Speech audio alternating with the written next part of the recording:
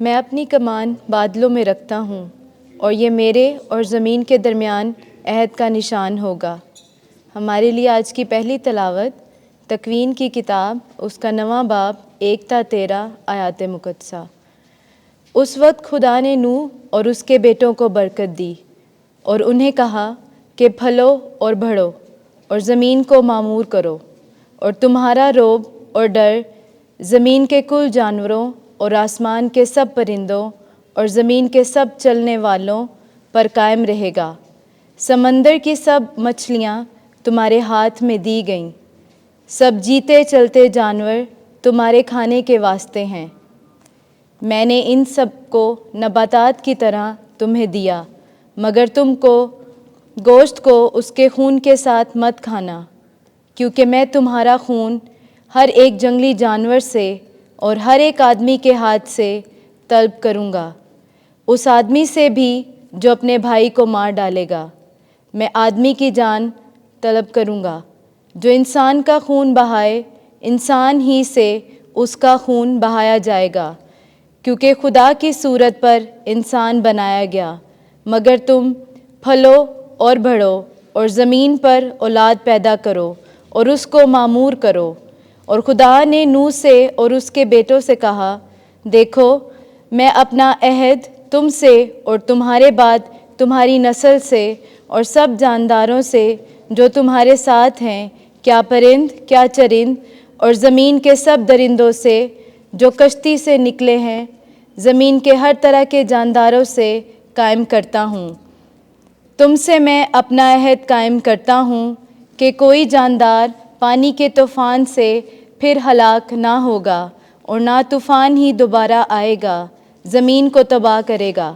اور خدا نے کہا کہ جو عہد میں ہر زمانے کی پشتوں کے لیے اپنے اور تمہارے درمیان بلکہ تمہارے ساتھ کے سب جانداروں کے درمیان کرتا ہوں، اس کا یہ نشان ہے، میں اپنی کمان بادل میں رکھتا ہوں، وہ میرے اور زمین کے درمیان عہد کا نشان ہوگا۔ پاک کلام کے پڑھے اور سنے جانے پر خدا کی برکت ہو۔ زبور 102 جماعتی جواب۔ خداوند نے آسمان پر سے زمین کو دیکھا۔ اے خداوند، قومیں تیرے نام سے اور زمین کے بادشاہ تیرے جلال سے خوف کھائیں گے۔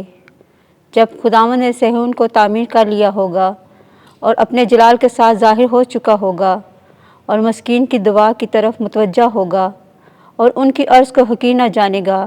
جماعتی جواب۔ خداوند نے آسمان پر سے زمین کو دیکھا۔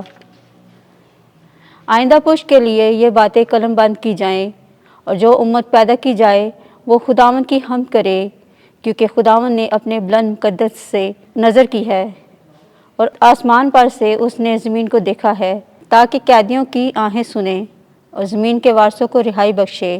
جماعتی جواب۔ خداوند نے آسمان پر سے زمین کو دیکھا۔ تیرے بندوں کے فرزند امن سے بستے رہیں گے، اور ان کی نسل تیرے سامنے قائم رہے گی، تاکہ صہیون میں خداوند کے نام کا اور یروشلم میں اس کی تعریف کا بیان ہو۔ جب اقوام اور مملکتیں سب فراہم ہوں گی تاکہ خداوند کی تعظیم کریں۔ جماعتی جواب۔ خداوند نے آسمان پر سے زمین کو دیکھا۔ خداوند آپ کے ساتھ ہو۔ انجیل مقدس مرکز کے مطابق اے خداوند تیری تمجید ہو۔ 8واں باب 27ویں سے 33ویں آیت۔ تو المسیح ہے، ضرور ہے کہ ابن انسان بہت دکھ اٹھائے۔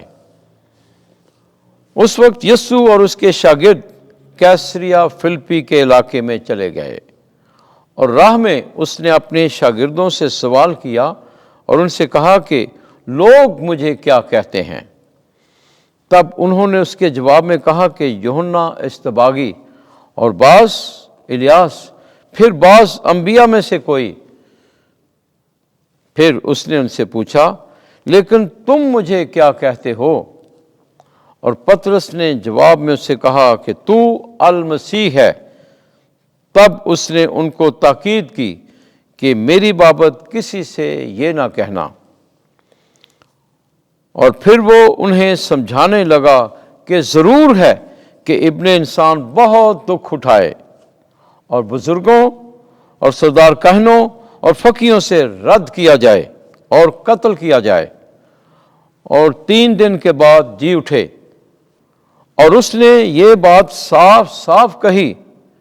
اس پر پطرس اسے الگ لے جا کر اعتراض کرنے لگا، مگر اس نے پھر کر اور اپنے شاگردوں پر نگاہ کر کے پطرس کو جھڑکا اور کہا، اے شیطان، میرے سامنے سے دور ہو جا، کیونکہ تو خدا کی باتوں کا نہیں بلکہ آدمیوں کی باتوں کا خیال رکھتا ہے۔ انجیل مقدس کے وسیلے سے ہمارے گناہ معاف کیے جائیں۔ اے مسیح، تیری ستائش ہو۔